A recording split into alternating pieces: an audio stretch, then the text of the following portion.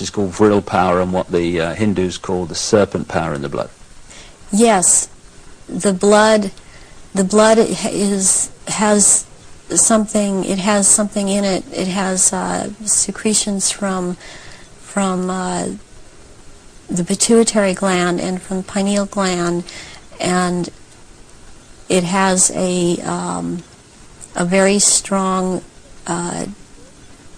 drug in it that they also, I mean, this is the one that keeps them from going crazy, and it's like heroin or like endorphins, and it's much stronger.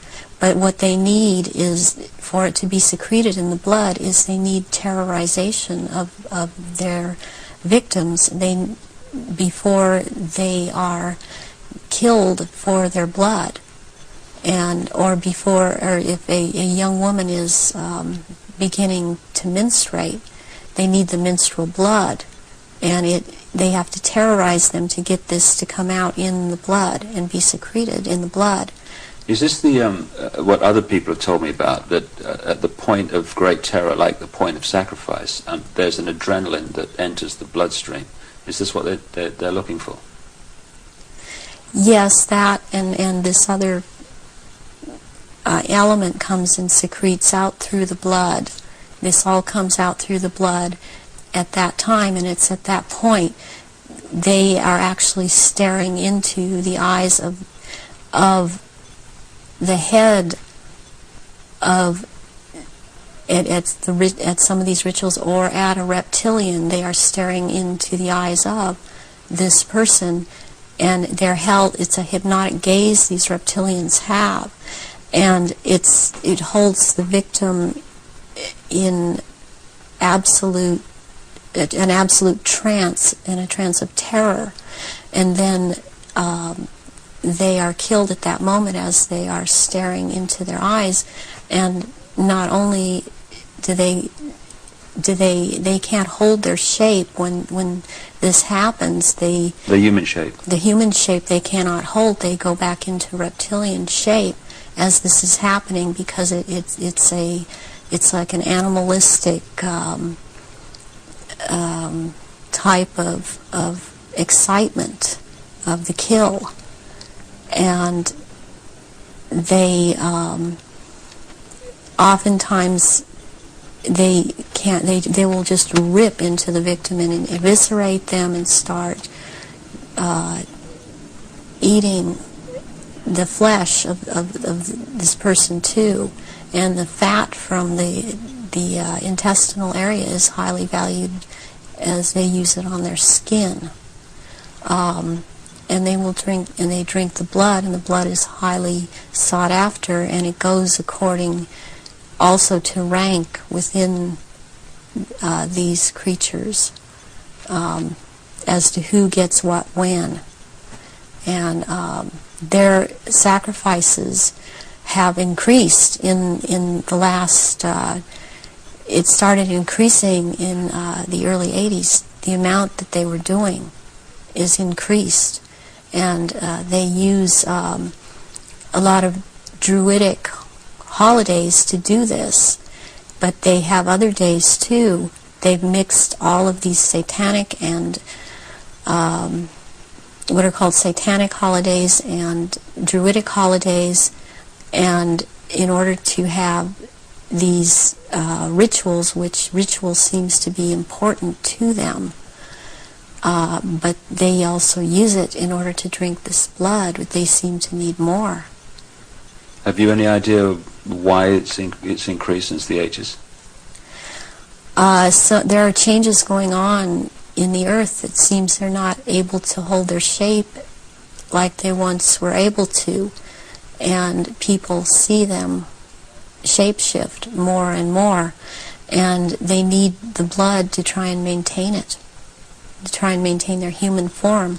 I believe there's a time coming that because of what I've been told, when they are not going to bother having to hold that human shape as they had to before, and they want that time to come. It's almost upon us. So when you're talking about the fact that the veil is lifting on these reptilians so that people can see them far more easily and far more often, does this relate in any way to the fact that there is this desire to bring in this rigid structure, including microchipping and many other things, across the year 2000, which has become known as the New World Order? Is that coming in because it is known that the people are going to see what the game is and there has to be control of the people at that time? Yes, it's very connected. I started talking about the New World Order back in 1990, and I was very psychologically and physically affected so much by what was coming out. I wasn't watching television. I was not aware that certain individuals in this country, George Bush, were talking about the New World Order. I was talking about it because that is what was coming out, and knowing that the first time that inside of myself that I'd heard it was in conjunction with the Nazis, and that came from Mengele. And I started realizing that there was something going on, and then it scared me, and I didn't really look into it for years, but I was being harassed constantly. I was being told. At one point, I had someone telling me that I was being, and who was ex-Army intelligence, ex-CIA, telling me that I was being monitored by the National Security Agency, and I didn't have the whole story then, so I did not totally understand why this was happening, but yet I was being followed by cars or vans that said G12, G14, and in this last year, which has really been very hard, I've been followed by G41 vans, and I had to find out what those were, and that is naval intelligence. But this whole thing is going towards around the year 2000, and when they are going to establish themselves openly as a New World Order, and it's headed toward that, and that's what everything is being prepared to or prepared for. And I have actually got I've got a sleeping program right now to return, because I've left, but to return for that time, and it's called End Times Programming, or Janus Programming. And Janus relates back to Nimrod of Babylon. Yeah, there is a group that used to be in contact with me all the time, and they stopped trying simply because I didn't obey them. They would be in contact with me all the time. They're called Janus, which is also the two-headed Roman god of change, and their headquarters is in Brussels, Belgium, in the NATO building. And they are a group of psychiatrists and doctors who are into mind control, and they are one of the many groups involved with the Illuminati, and they would contact me and tell me, give me directions that I was to psychically kill this person, or psychically injure this person, or scare this person. They'd give me the location. And I started questioning this, and I had a contact who since has seemed to have disappeared because she couldn't get the funding, and I had called her about this group, and she's the one that was the ex-CIA, ex-Army intelligence person, and she knew about these people, and she said, yes, you're right, this is what is going on. From your experience being brought up in this Illuminati environment. Were you ever told anything about where these reptilians came from, and what is the history of it all? I was made to learn through Mothers of Darkness, which is a certain aspect of the organization, because that was an early part of my training, the history of what was the Illuminati on this planet. And what I learned was that the Aryans originally were from Mars, and the reptilians came to that planet they came from another place. They came to that planet.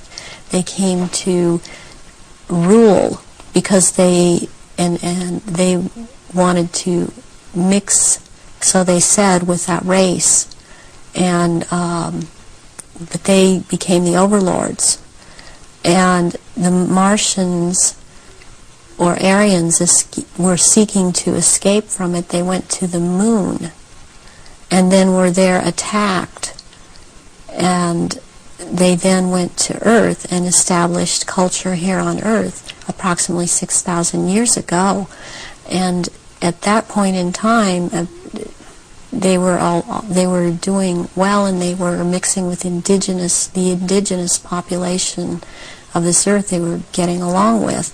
And then about 4,000 years ago, the reptilians arrived here and again began to take over. And they instilled themselves in different places underground in the earth, and also this one part of them, the ruling part, took over and became involved in the politics and in the religion, and started controlling through these means at that point in time, and using the gods and deities that were believed in on this planet, started infiltrating into that and becoming that, and things started, blood rituals started happening, and since that time, that is the way that it has been. And presently, they claim to come from a Merovingian bloodline. They are there are 13 bloodlines in Europe that all of what are called royalty are developed from or come from, and they include the Aryans in this. And there's been a big push in this century. For example, when Nazis came into power, the fascists, talking about the purity of being pure and staying, the Aryan bloodline staying pure, and what it actually is all about is keeping the blue-eyed, blonde or light red-haired people, the bloodline's pure because it is more powerful. And what is in that blood for these reptilians is more powerful, and they need that. And when you start mixing it with people that were indigenous to this earth, then it is not as powerful. It has nothing to do with someone, skin color or nationality. It has to do with keeping the bloodline pure for their use. So blonde-haired